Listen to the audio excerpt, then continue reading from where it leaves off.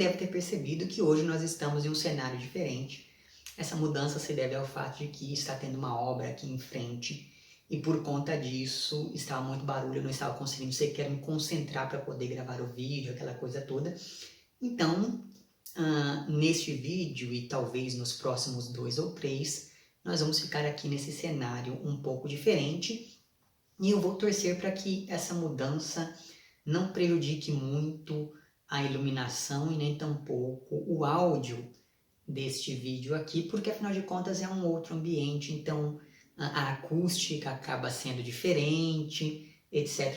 Eu espero que isso não atrapalhe muito a execução de fato deste vídeo. Mas enfim, hoje eu vou dar continuidade a uma série que eu comecei a fazer já há algum tempo, com vídeos em que eu dou 13 indicações de alguma coisa para vocês.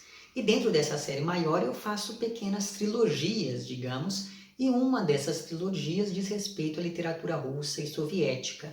Esse daqui então é o segundo vídeo dentro dessa trilogia que se insere nessa proposta maior de 13 indicações. Eu vou deixar lá embaixo o link para uma playlist onde já constam vários vídeos dentro dessa proposta em que eu indico 13 contos, 13 autores que morreram enquanto eu li as suas respectivas obras,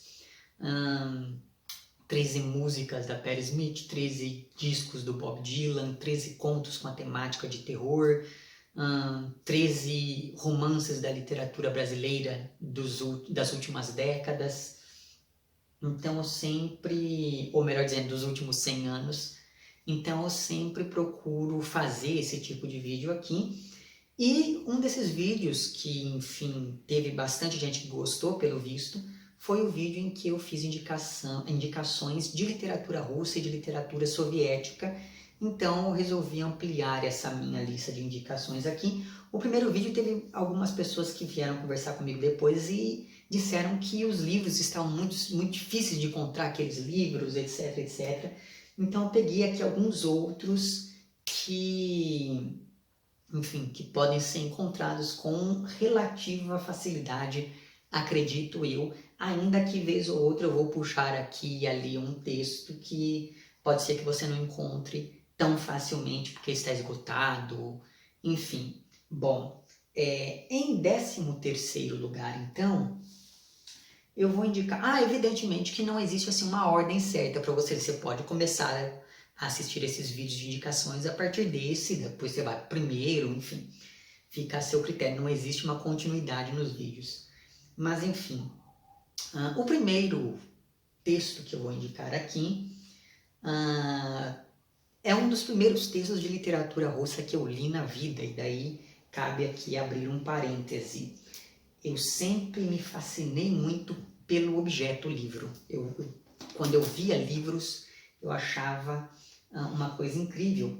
E eu sempre tive muita curiosidade com relação a este livro aqui, que é um livro que eu mostrei no vídeo anterior, porque ele ficava em um lugar meio alto assim, e daí ele me chamava muito a atenção por conta do tamanho e por conta desses dizeres aqui da lombada, né? A lombada de Jesus, russos, antigos e modernos. Então eu vi este livro assim, em um lugar meio alto, sabia que era um livro antigo, né? Ele é um livro, se não me engano, da década de 40. Então ele me chamava muito a atenção, o modo como esse livro estava disposto na estante, etc. E eu meio que criei um fascínio por esse livro aqui, mas era aquilo, eu ainda era muito novinho, e daí eu nem teria condições de pegar o livro para ler, etc e tal.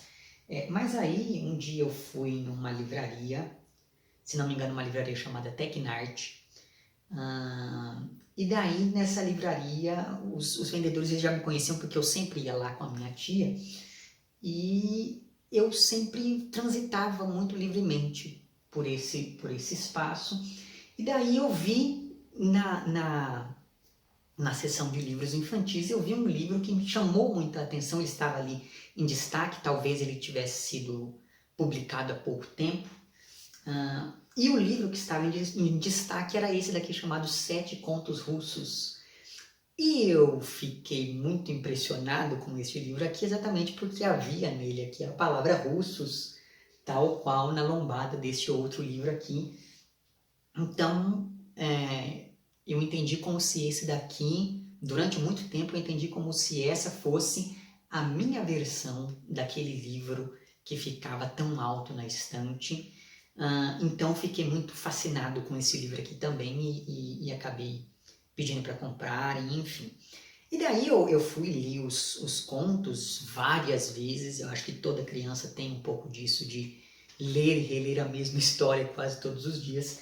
E talvez a história que mais me assombrasse tenha sido essa daqui chamada Pele de Bode. Evidentemente que esse daqui é um livro para crianças. São 7 contos russos, recontados pela Tatiana Belink e ilustrados pelo Odilon Moraes. Enfim, e daí um desses contos, como eu ia dizendo, chama-se Pele de Bode, que tem esta ilustração aqui. E esse livro, olha, caiu alguma coisa dentro dele, mas enfim. E esse livro aqui, esse conto aqui, ele me assombrou porque ele tem algo de, eu não vou dizer de terror, mas algo de sobrenatural que acontece nele. E isso me deixava assim com muito medo. Eu tinha medo de que alguma coisa parecida com essa acontecesse comigo na vida real, aquela coisa toda. Só que aí, para eu poder falar do que é isso, eu vou ter que contar o conto quase todo aqui para vocês. Então, se você liga para spoiler, eu vou deixar lá embaixo na descrição desse vídeo o momento exato em que eu paro de falar desse primeiro conto aqui, para que você possa ver o vídeo a partir de então. Mas enfim, Pele de Bode fala da história de um mujik bem pobre que ficou viúvo e que não tinha dinheiro sequer para pagar a cerimônia do velório da esposa. E por conta disso ele vai pedir ajuda então ao líder religioso ali daquele vilarejo onde ele mora. Mas esse líder religioso era um sujeito muito ambicioso e acaba negando ajuda ao pobre do mujik, que por conta disso decide enterrar o corpo da esposa em um terreno aleatório ali perto da casa dele. E eis que quando ele estava cavando a cova, ele acaba encontrando um pote cheio de ouro. E isso lhe permitiu fazer uma cerimônia digna da esposa, uma cerimônia bastante grandiosa até para os padrões ali daquele vilarejo. E evidentemente que isso chama muito a atenção do tal líder religioso, que lhe pergunta então de onde ele tinha tirado todo aquele dinheiro. E como esse senhor viúvo era um sujeito muito simples, de muita fé, ele acaba contando tudo o que tinha acontecido ao tal do líder religioso. E esse sujeito, ele fica, além de ser muito ambicioso, ele era muito invejoso. Então, ele volta para casa inconformado com a sorte daquele mujik e resolve fazer alguma coisa para roubar o resto do dinheiro. Então, ele pede para que sua esposa mate um bode da casa e tire toda a pele do bicho, para que depois ele vista aquela pele como se fosse ali uma roupa. E depois que ele veste aquilo, ele coloca os chifres do bode na cabeça e vai até a casa do mujik à meia-noite. O mujik acorda então assustado, com o barulho de alguém arranhando a sua janela, e quando ele abre uma frestinha, ele se depara com aquela criatura que se identifica como sendo o próprio diabo, que tinha ido até ali para poder pegar de volta o resto do dinheiro, já que o mujik já tinha enterrado a esposa e o diabo tinha ficado condoído com a situação do mujik, resolveu emprestar o dinheiro para o mujik, mas não contava que ele pegasse tudo aquilo da panela.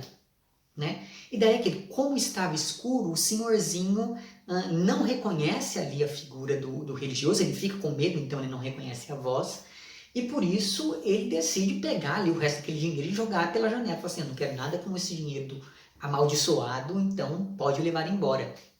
Né? E então o religioso pega ali, feliz da vida, e corre para casa para poder, enfim, dividir aquela riqueza com a sua família. Só que, chegando lá, ele pede para a esposa cortar as amarras ali que estavam prendendo a pele do bode ao seu corpo. Só que quando a esposa vai começar a cortar, ela não consegue. Sempre que ela vai cortar uma tira da pele do bode, ela acaba cortando uma tira da pele do próprio religioso, porque a pele do bode foi, digamos, foi se colando à pele do religioso, e a partir daquele momento ele ficaria vestido com aquela pele de bode para o resto de sua vida. Então ele fica muito assustado com aquilo e pede para que a esposa vá devolver o dinheiro ali para o mujik, e conte tudo o que aconteceu, confesse tudo aquilo para ele, e daí eu não vou poder contar qual é o desfecho da história, afinal de contas, se tudo isso se resolve ou não. Mas assim, foi um texto que me chamava bastante atenção. Eu ficava bastante impressionado com tudo aquilo que era narrado aqui. E é um texto muito curto, ele tem assim, acho que umas 4 ou 5 páginas. Então fica aqui a minha recomendação, não apenas desse conto, mas de todo esse livro para você que já digamos, um leitor habituado à literatura russa, mas também vai que você tem um filho, um sobrinho, um neto, sei lá, e você quer que ele tenha esse hábito também, talvez começar por aqui seja uma boa ideia. Muito bem, aproveitando então que eu já mencionei esse daqui, eu vou falar de 2 contos que estão reunidos aqui nesse livro chamado Os Russos Antigos e Modernos. Como eu disse no primeiro vídeo dessa trilogia aqui, esse daqui é um livro que também foi responsável por várias das minhas primeiras leituras de literatura russa. É um livro de 1944 nessa minha edição aqui. Tem até como eu mostrar para você, porque a página dele está até saindo. Enfim. E daí eu sempre andava com este livro aqui, depois que eu já havia enjoado um pouco dos 7 contos do livro anterior. Então é como se aquele livro fosse assim o livro dos russos da minha infância, e esse daqui é o livro dos russos da minha adolescência. Eu não vou falar juventude porque eu ainda sou uma pessoa muito jovem, né?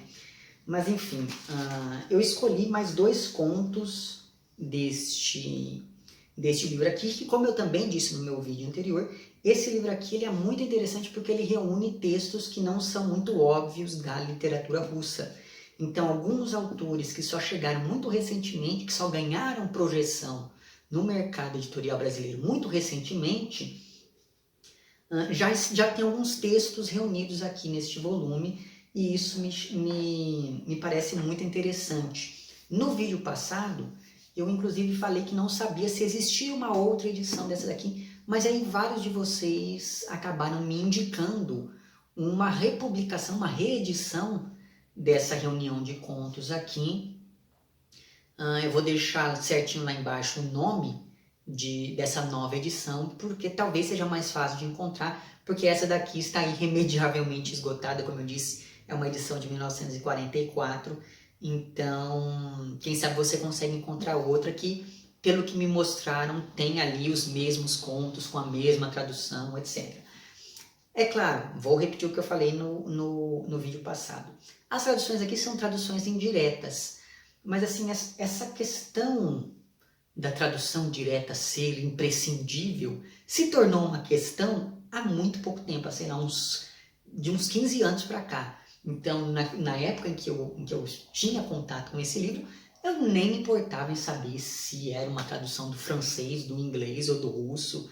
Enfim, o importante era eu entrar em contato com essas narrativas. Mas enfim, postos esses prolegômenos, eu escolhi então aqui dois contos, né, que são contos bem curtinhos, mas bem interessantes, diga-se de passagem.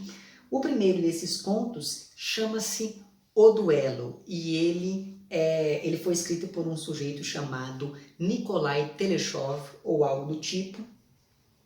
E como o título deste conto já diz, ele vai recuperar um dos grandes temas da literatura russa, que é o tema do duelo, mas aqui o duelo aparece destituído de qualquer bravura, de qualquer heroísmo. Na verdade, o tema do duelo aparece aqui a partir de uma perspectiva sentimental, a falar das consequências de um duelo. Então, encorajado pelos amigos, um rapaz participa ali de uma briga, né, de um duelo, e acaba morrendo. E tão logo o rapaz morre, todos os amigos que estavam ali reunidos se lembram da mãe dele, que era uma senhora já muito velhinha, que dependia do filho para viver, aquela coisa toda. E grande parte do conto se concentra em um desses amigos tentando encontrar um jeito de contar à mãe, a mãe desse rapaz que morreu no duelo, sobre o que de fato havia acontecido. Então, assim, é um conto bastante interessante porque ele revisita esse tema, que é um tema muito explorado na literatura russa. Dostoiévski tem cenas de duelo, Turgenev tem cenas de duelo, Chekhov tem um livro chamado Duelo, Tolstói também. Então, é um tema que ele sempre aparece, mas aqui esse tema ele é revisitado, mas a partir de uma perspectiva que é pouco frequente. Então, isso me chamou bastante a atenção. O outro conto que eu resolvi indicar aqui para vocês, ele se chama, onde é que está? Aqui, O Lobo do Mar. E ele foi escrito por um sujeito chamado Vladimir Tikhonov, ou algo do tipo, enfim. E esse livro aqui ele é quase uma releitura, esse conto chamado O Lobo do Mar, é quase uma releitura do Dom Quixote, né, porque ele fala de um funcionário de uma empresa de seguros que leu tanto sobre viagens marítimas e coisas do tipo, que acabou ficando obcecado com a ideia de se tornar um lobo do mar, ou seja, um marinheiro experiente, vivido e coisa que o valha. Então, o jeito de falar, o jeito de andar, os seus interesses e todas as anedotas que esse personagem aqui contava aos amigos no bar giravam sempre em torno desse mesmo interesse que era essa vida marítima e etc. E existe então aqui um descompasso entre a realidade desse sujeito e a vida imaginária, que é uma realidade completamente burocrática, totalmente tediosa mesmo, e essa vida imaginária que ele foi criando aos poucos. E por mais que os amigos saibam que tudo aquilo que ele conta é mentira, porque eles sabem que ele trabalha numa empresa de seguros, que ele nunca foi um marinheiro feroz e coisa do tipo, ainda assim, esses amigos eles sempre gostam de ouvir sobre as aventuras em alto mar que esse personagem aqui vai contando. E mesmo quando alguém diz que já leu aquilo em algum lugar, esse tal Lobo do Mar aqui, ele sempre dá um jeito de contornar a situação, dizer, não, na verdade, eu sou amigo desse autor e daí ele escreveu sobre uma aventura que nós tivemos juntos. Se você procurar nesse livro, você certamente vai encontrar ali uma referência a mim. Então é muito interessante como ele vai se desvencilhando desses momentos em que as pessoas tentam desmascará-lo. Então, ao longo do conto, o que a gente vai acompanhando, na verdade, é a aproximação entre a realidade e as ilusões que esse personagem foi criando. E é claro que essa aproximação leva a um desfecho não tão alegre quanto a gente poderia imaginar no início. E até nesse movimento entre o cômico e o trágico, existe também uma recuperação lá do Dom Quixote, do Cervantes. Então, esse tema do enlouquecimento por meio da leitura é algo que vai aparecer aqui também neste conto. Então, fica mais essa recomendação. Aí, em quinto lugar, eu acho em quarto lugar dessa minha lista de indicações, eu resolvi colocar aqui um conto que é mais facilmente categorizado como sendo pertencente à literatura judaica, propriamente dita, mas ainda assim, como o autor era um judeu russo, eu acabei colocando ele aqui nessa lista. Esse conto ele está presente neste livro chamado O Conto Yiddish, que é um livro bastante interessante, tem muita coisa aqui muito boa mesmo.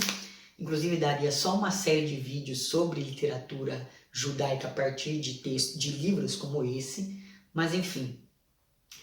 E o conto que eu resolvi indicar a vocês chama-se Um Banquete para os Pobres, e ele foi escrito por um sujeito de nome Mordecai Spector, não é Lispector, é Spector. Esse conto chamado Um Banquete para os Pobres fala da história da filha de um judeu muito rico que vai se casar. Só que, segundo a tradição, no dia do casamento era preciso fazer ali um banquete e dividir esse banquete com os pobres da região. E tudo sairia conforme o esperado se não fosse por um mero detalhe. Os pobres sabem, eles tomam consciência de que esse judeu rico precisa deles para poder casar a filha segundo a tradição. Então eles começam a exigir desse anfitrião uma coisa que parece muito simples, mas não é. Eles exigem 1 rublo para cada um, só que são centenas de pobres. E daí esse judeu fica pensando, tudo bem, eu sou rico, mas nem tanto para dar mais de 100 rublos aí, para distribuir mais de 100 rublos entre essas pessoas. E daí é muito interessante a gente ir acompanhando como esse sujeito, como esse anfitrião vai tentando driblar, ele vai tentando negociar com esses pobres. E é interessante acompanhando também, por outro lado, como esses pobres vão reivindicando os seus direitos, né, por conta dessa consciência que eles tomam da própria importância naquela situação. Então é bastante curioso notar como essa imagem, que é uma imagem que poderia ter muito de humor, acaba tendo também esse caráter social muito pronunciado. Então fica aqui a indicação deste conto. Outro conto que também está presente aqui neste mesmo livro chama-se O Velho Sapateiro, e ele foi escrito por um sujeito chamado Avron Heisen, se não me engano, deixa eu ver aqui. Exatamente. Esse conto aqui, chamado Um Velho Sapateiro, fala de um sapateiro que já é um senhor de idade, etc. E esse sapateiro ele sempre quis ser respeitado pela comunidade ali onde ele vive, mas por conta do seu trabalho, que se resumia ali a remendar sapatos, ele nunca atingiu a importância, o reconhecimento que ele sempre acreditou ter. Só que existe uma época do ano em que o jogo vira favoravelmente a esse velho sapateiro, e esse momento em que o jogo vira a seu favor é o momento em que começa a chover durante o outono. E daí veja, a cidade ali onde se passam as ações do conto é uma cidade que ainda não foi asfaltada. E daí, durante a época de chuvas, toda a cidade fica cheia de lama e as pessoas vão perdendo sapato estraga, etc. E todo mundo vai levar o sapato para consertar exatamente com esse sapateiro. Então esse é o momento em que ele tem ali a sua vingança, teoricamente, diante daquela comunidade que sempre o maltrata tanto. Então esse senhor ele vai se tornando uma pessoa cada vez mais amargurada, porque ele passa o ano inteiro esperando por aquela época das chuvas de outono.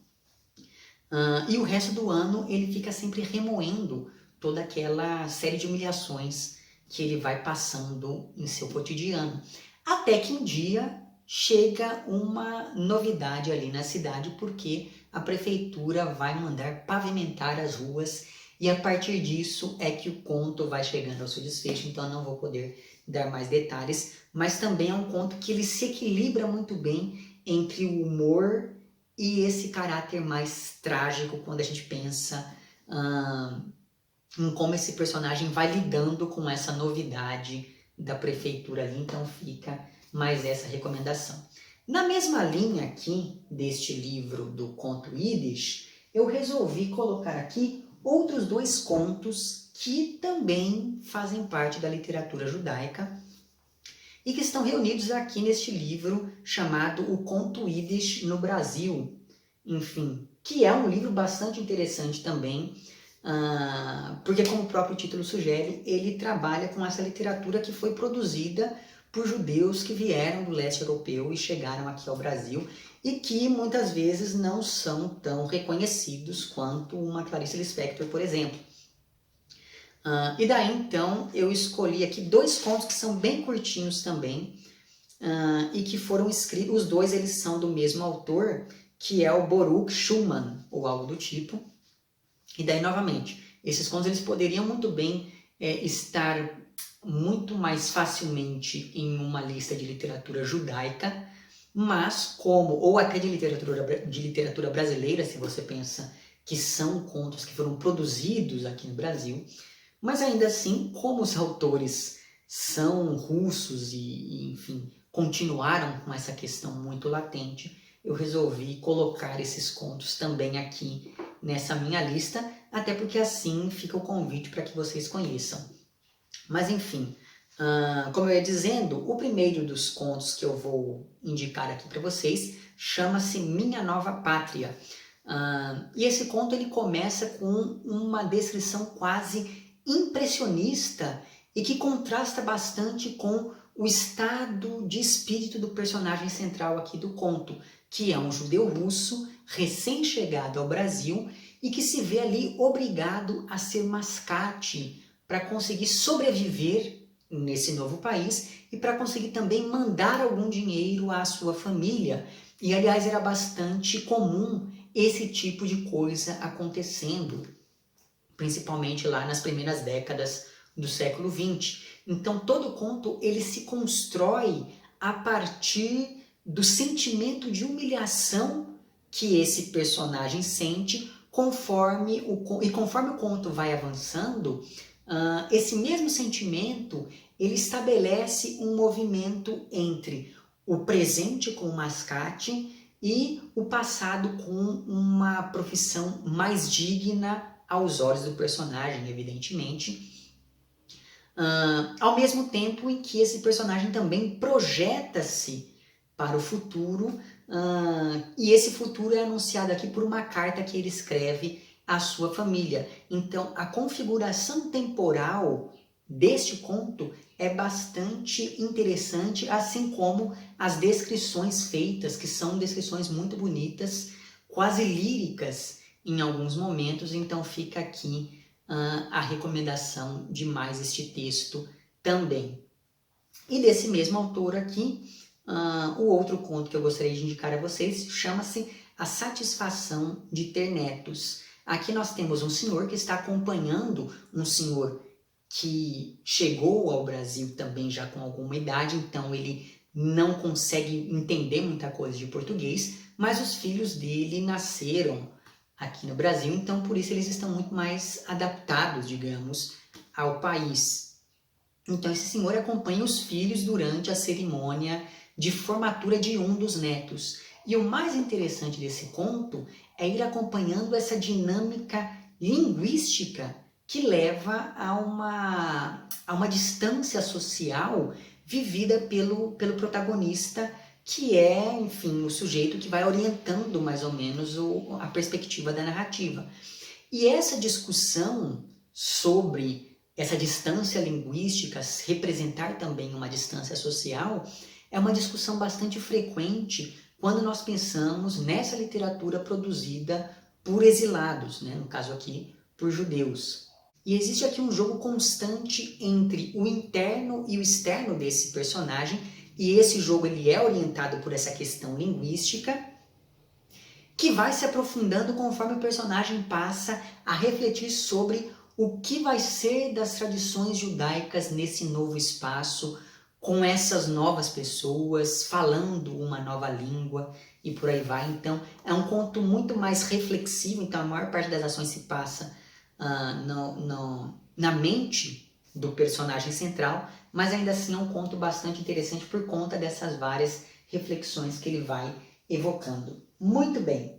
Aí, deixa eu ver, 2, 4, 6, 7, em 8º lugar, eu acho, eu coloquei um conto que está aqui neste outro livro, que eu também lia bastante nesse meu primeiro contato com a literatura russa, e o nome deste livro é Uma Coisa Bem Simples, Contos Soviéticos. Enfim, eu não me lembro mais de que ano é essa edição. Ela é de 1980. E ela também traz vários contos que pertencem a autores pouco comentados até hoje. Então fica aqui a recomendação para você que quer conhecer a literatura russa, mas não quer ir já assim para esses grandes autores que todo mundo conhece, etc e tal. Talvez esse livro aqui também seja muito interessante. E o conto que eu resolvi indicar aqui para vocês, deixa eu ver que eu não me lembro do nome da autora. 253, deixa eu ver aqui, achei. O nome deste conto é Maia e ele foi escrito por uma autora chamada Vera Ember, ou algo do tipo. Curiosamente, a personagem título, que se chama Maia aqui, ela só vai aparecer assim na segunda metade deste conto. Na primeira parte, nós vamos acompanhando a construção de um personagem que é bastante interessante e que pertence a uma família que antes foi muito rica e que tem que ir aos poucos se adaptando aos tempos pós-revolução. Esse personagem é um senhor muito apegado às artes e ao passado, então ele gosta bastante de visitar museus, por exemplo, e esse apego dele é muito forte até ele conhecer a tal da Maia aqui, que é uma menininha ali dos seus 6 ou 7 anos, que vai aos poucos se aproximando desse senhor.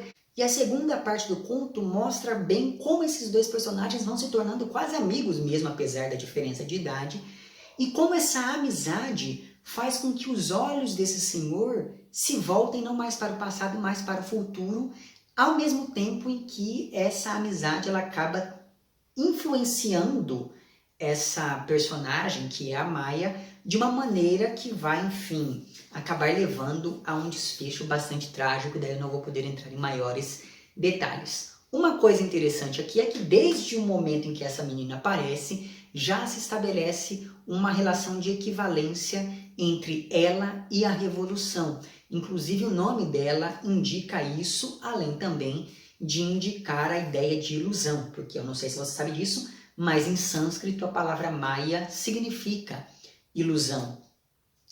E essa questão da ilusão vai ser muito importante para o desfecho aqui do conto, por conta de uma extrapolação que essa menina acaba fazendo em dado momento, a partir de uma história que ela ouve da boca desse senhor que era muito rico e que teve que ir se adaptando aos novos tempos. A autora deste conto, ela foi poeta, então as descrições que são feitas aqui são, no mínimo, por exemplo, as aproximações que ela vai fazendo entre elementos que são muito diferentes, essas aproximações, essas descrições são, no mínimo, inesperadas, digamos assim.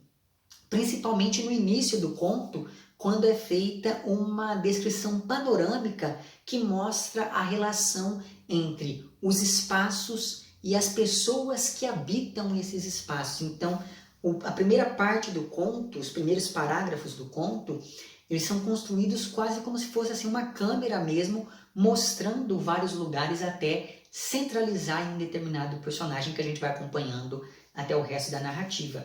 Isso me lembra bastante aquela técnica que a Júlia Lopes de Almeida utiliza no começo daquele romance dela chamado A Falência. Caso você não saiba do que eu estou falando, eu estou me referindo a um romance do início do século XX, que foi publicado aqui no Brasil. Vou deixar o link para um vídeo que eu fiz sobre ele lá embaixo também. Então, enfim, se você gostou daquele começo do A Falência, provavelmente você vai se interessar bastante por este conto aqui. Eu fiz aqui uma pequena pausa, mas eu já resolvi aqui, enfim.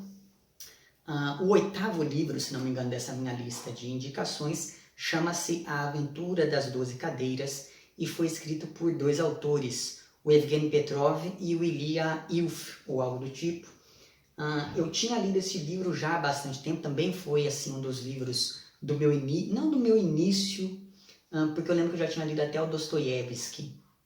Mas enfim, foi também um livro que eu li há bastante tempo, mas quando eu li ele tinha outra tradução, outro título inclusive, e daí eu vi que no ano passado essa editora aqui, que é a Pomnit, ou algo assim, iria republicar o livro com nova tradução, e inclusive, se não me engano, aqui nós temos alguns capítulos que não constavam na edição anterior por algum motivo. Então, quando eu fiquei sabendo disso, eu já resolvi comprar, porque a primeira edição que eu li não era minha, era uma edição de biblioteca, enfim, e daí eu sempre fiquei com vontade de reler o livro, porque eu lembro que eu achei várias passagens bastante engraçadas aqui.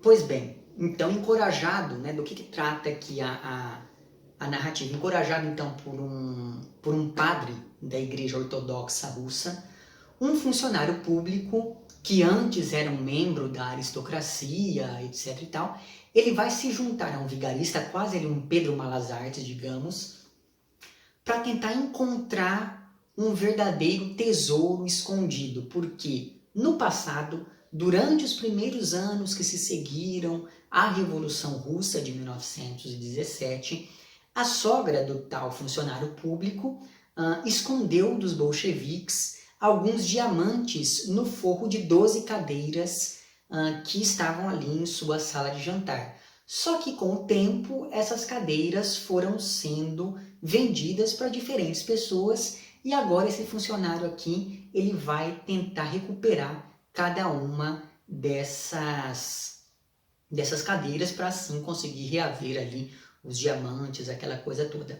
Apesar de ser um livro bem grande, ele tem quase 500 páginas, esse romance aqui ele tem um ritmo bastante ágil por conta principalmente do humor devido às malandragens do vigarista que acompanha o protagonista aqui do romance.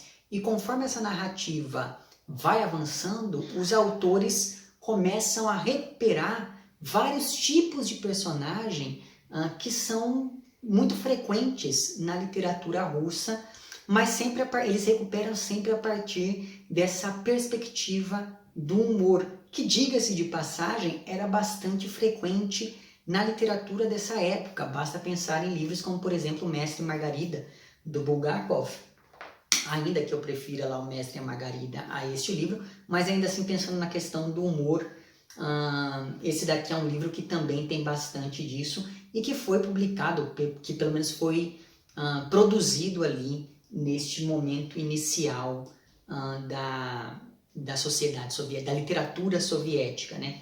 Pois bem, e daí falando então em literatura soviética, a nona indicação aqui dessa minha lista é de uma novela de um autor que já apareceu no primeiro vídeo aqui desta série, digamos, dessa trilogia. Eu estou falando aqui de Djamilá, ou algo do tipo, que foi escrita pelo Tinguiz Aitmatov, ou algo do tipo também. Enfim, esse autor ele é do Quirguistão, que na época fazia parte da União Soviética, então por isso que eu estou mostrando este livro aqui no vídeo também. E como aconteceu lá em O Navio Branco, aqui nessa novela, a natureza ela é descrita de um jeito muito bonito e uma das figuras centrais da narrativa é um adolescente. Então, por conta da guerra, os homens ali desse povoado onde se passa a narrativa, os homens não estão mais por ali e quem tem que trabalhar de fato são as mulheres e as crianças. E tudo estava correndo muito bem, até que um dia chega ali naquela região um ex-soldado e ele começa a se aproximar da cunhada do tal adolescente que vai ser um dos personagens centrais aqui do romance. O mais interessante disso tudo é ir acompanhando como esse menino vai descobrindo as coisas a partir da relação entre a cunhada e o soldado. E esse descobrir as coisas não diz respeito apenas, por exemplo, ao sentimento amoroso ou coisa do tipo, mas também à descoberta daquele espaço ocupado pelos personagens, que é um espaço intervalar entre as tradições do passado e a imposição de um padrão de vida totalmente diferente por conta da União Soviética. E esse processo de mudança vai ser cheio de tensões e se adequa muito bem ao período da vida desse menino, que é um menino que também está ali no intervalo entre a vida das crianças e essa vida dos adultos que ele está descobrindo aos poucos, enfim. Esse autor aqui, ele tem um jeito bastante poético de escrever em alguns momentos, Então, mesmo sendo uma narrativa de amor, etc., é um tipo de texto que é muito interessante de você ir acompanhando, principalmente para você ver o modo como esses personagens vão se desenvolvendo. E assim, a narrativa mesmo tem menos de 100 páginas, então fica a recomendação de mais este texto aqui. Bom, aí em décimo lugar, em 11º lugar, eu coloquei aqui este romance do Boris Savinkov, ou algo do tipo, chamado Cavalo Pálido. Esse daqui é um romance que ele é escrito como se fosse o diário de um líder de um grupo terrorista que quer matar o governador de Moscou. Só que, aos poucos, durante ali os anos da Revolução, os anos ali da efervescência da Revolução Russa, etc. e tal. Mas, enfim, aos poucos, esse líder desse grupo terrorista, e eu estou falando grupo terrorista porque é assim que o próprio narrador ele vai se referindo a esse grupo dessa maneira. Mas enfim, não existe aqui um juízo de valor da minha parte sobre esses personagens, etc. e tal.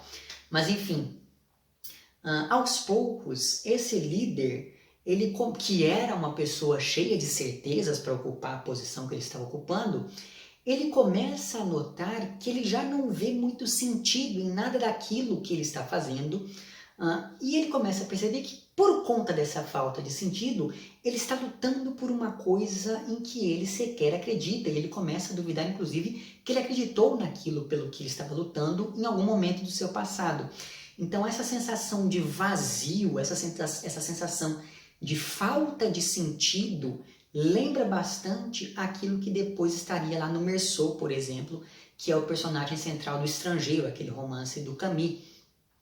O estilo desse livro aqui é um estilo bem rápido, bem direto, parece mesmo um frenesi de um ataque terrorista. Inclusive, nesse sentido, eu me lembrei bastante de um romance do Antônio Calado chamado Reflexos do Baile.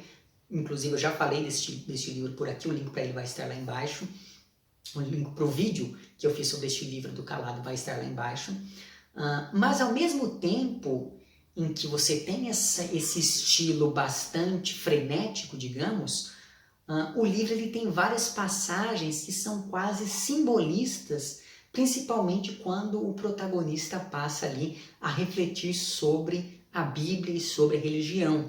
E, aliás, o que não falta aqui são referências bíblicas e referências à obra do Dostoiévski, principalmente os Irmãos Karamazov. Então fica aqui a recomendação. Para além disso, essa minha edição, que foi traduzida pelo Rubens Figueiredo, ela tem um pós-fácil assinado pelo tradutor que elucida várias passagens aqui do texto que podem ficar meio nebulosas em algum momento. Então eu sugiro fortemente que você leia nessa edição aqui. Eu não sei se existe alguma outra, mas enfim, se você puder, leia nesta. Aí em 12º lugar nessa lista de indicações, eu coloquei aqui um romance da Nina Berberova, ou algo assim, chamado A Acompanhante. Aqui nós temos duas mulheres, a primeira delas é a tal acompanhante, que veio de uma família muito pobre, ela foi criada pela mãe solteira, que sustentava a casa, dando aulas de piano, aquela coisa toda. E a segunda mulher é a acompanhada, digamos, uma cantora famosa e rica que acaba se exilando em Paris. Como o próprio título do romance sugere, a relação entre essas duas mulheres ela vai se restringir, na maioria das vezes, ao campo profissional, digamos. O interesse da narrativa é ir mesmo acompanhando como a tensão entre ambas deixa de ser apenas pessoal em algum momento e passa a ser também um reflexo de diferenças que são diferenças sociais, pensando nessa questão do trabalho enunciada desde o título. Então, por exemplo, o complexo de inferioridade dessa acompanhante, ele não se deve apenas a questões puramente psicológicas, digamos, mas ele também diz respeito às condições sociais que sempre fizeram parte da vida dessa personagem. Portanto, a autora ela consegue unir muito bem essas duas discussões que em um primeiro momento parecem ser tão distantes, que é uma discussão um pouco mais social, digamos, e uma discussão que é mais marcadamente psicológica ou íntima, ou seja lá o nome que você quiser usar para se referir a esse tipo de literatura. Então fica aqui essa recomendação. Essa autora, essa Nina Berberova, ela tem alguns outros romances também, alguns outros livros publicados aqui no Brasil. Então fica a recomendação de que você leia pelo menos este aqui. E em 13º lugar dessa minha lista de indicações, eu resolvi colocar aqui um outro romance de um autor que havia aparecido também na primeira parte dessa minha trilogia da literatura russo-soviética. Eu estou falando aqui do Victor Pelevin, ou Pelevin, que retorna a essa trilogia com A Vida dos Insetos. Esse romance aqui, ele tem uma estrutura bastante interessante, porque cada capítulo pode ser lido como um conto, mas existem alguns elementos que acabam, enfim, unindo todas essas narrativas.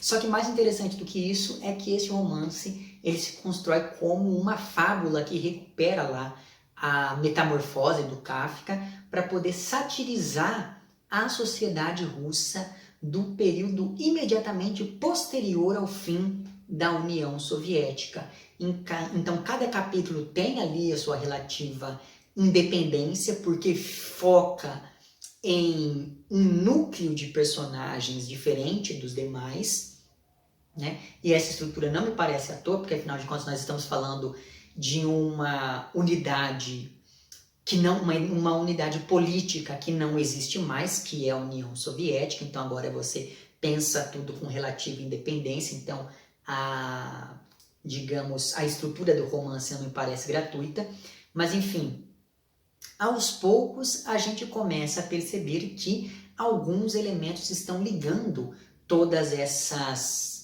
esses núcleos narrativos, todos esses personagens que em um primeiro momento parecem ser tão diferentes entre si. E um desses elementos que liga tudo isso é o modo como esses personagens são descritos, porque em vários momentos não dá para saber se eles são pessoas ou se eles são insetos, daí o título do romance. Na verdade, parece mais que esses personagens aqui são pessoas e insetos ao mesmo tempo. Então, por exemplo, existe aqui um personagem que ele é confundido com uma barata em algum momento da narrativa. Então aqui nós temos cigarras, escaravelhos, formigas, baratas, moscas, mosquitos desses que ficam sugando o sangue dos outros, e nisso existe toda uma alegoria para a exploração, né? Então veja que é bem vasto o número de insetos que vai aparecer aqui. E esses insetos eles ocupam diferentes funções. Então você tem empresários, você tem artistas, você tem engenheiros, você tem prostitutas, você tem militares, você tem insetos aqui que estão passando fome e por aí vai. Então é bastante interessante observar o modo como a vida contemporânea vai aparecer aqui neste romance.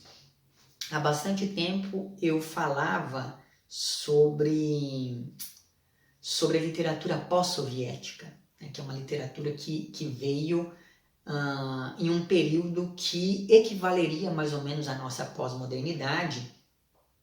E é bastante interessante perceber como essa literatura produzida então, ela tem alguns aspectos muito característicos, e alguns desses aspectos vão aparecer aqui. Caso você não saiba a que eu estou me referindo, eu vou deixar lá embaixo o link para um vídeo onde eu falei um pouquinho desses 3 momentos da literatura soviética, né? Então, caso você não tenha visto, eu sugiro que você veja.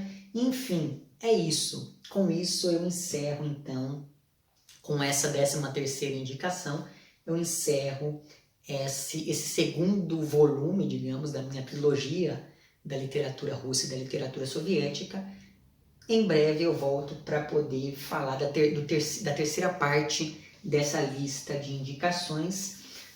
E talvez nessa terceira parte eu traga alguns textos que são ainda mais fáceis de serem encontrados, porque, por exemplo, eu sei que esse a vida dos insetos, ele é bastante caro em sites como, por exemplo, a estante virtual, porque ele está fora de catálogo há bastante tempo, mas eu acho que os outros, eles são facilmente encontrados por aí afora, certo? Enfim, é isso. Evidentemente, comente lá para que essa lista possa ir se expandindo cada vez mais, caso você tenha aí uma recomendação de 13 textos da literatura soviética e da literatura russa. Vemo-nos então nos próximos vídeos e um amplexo.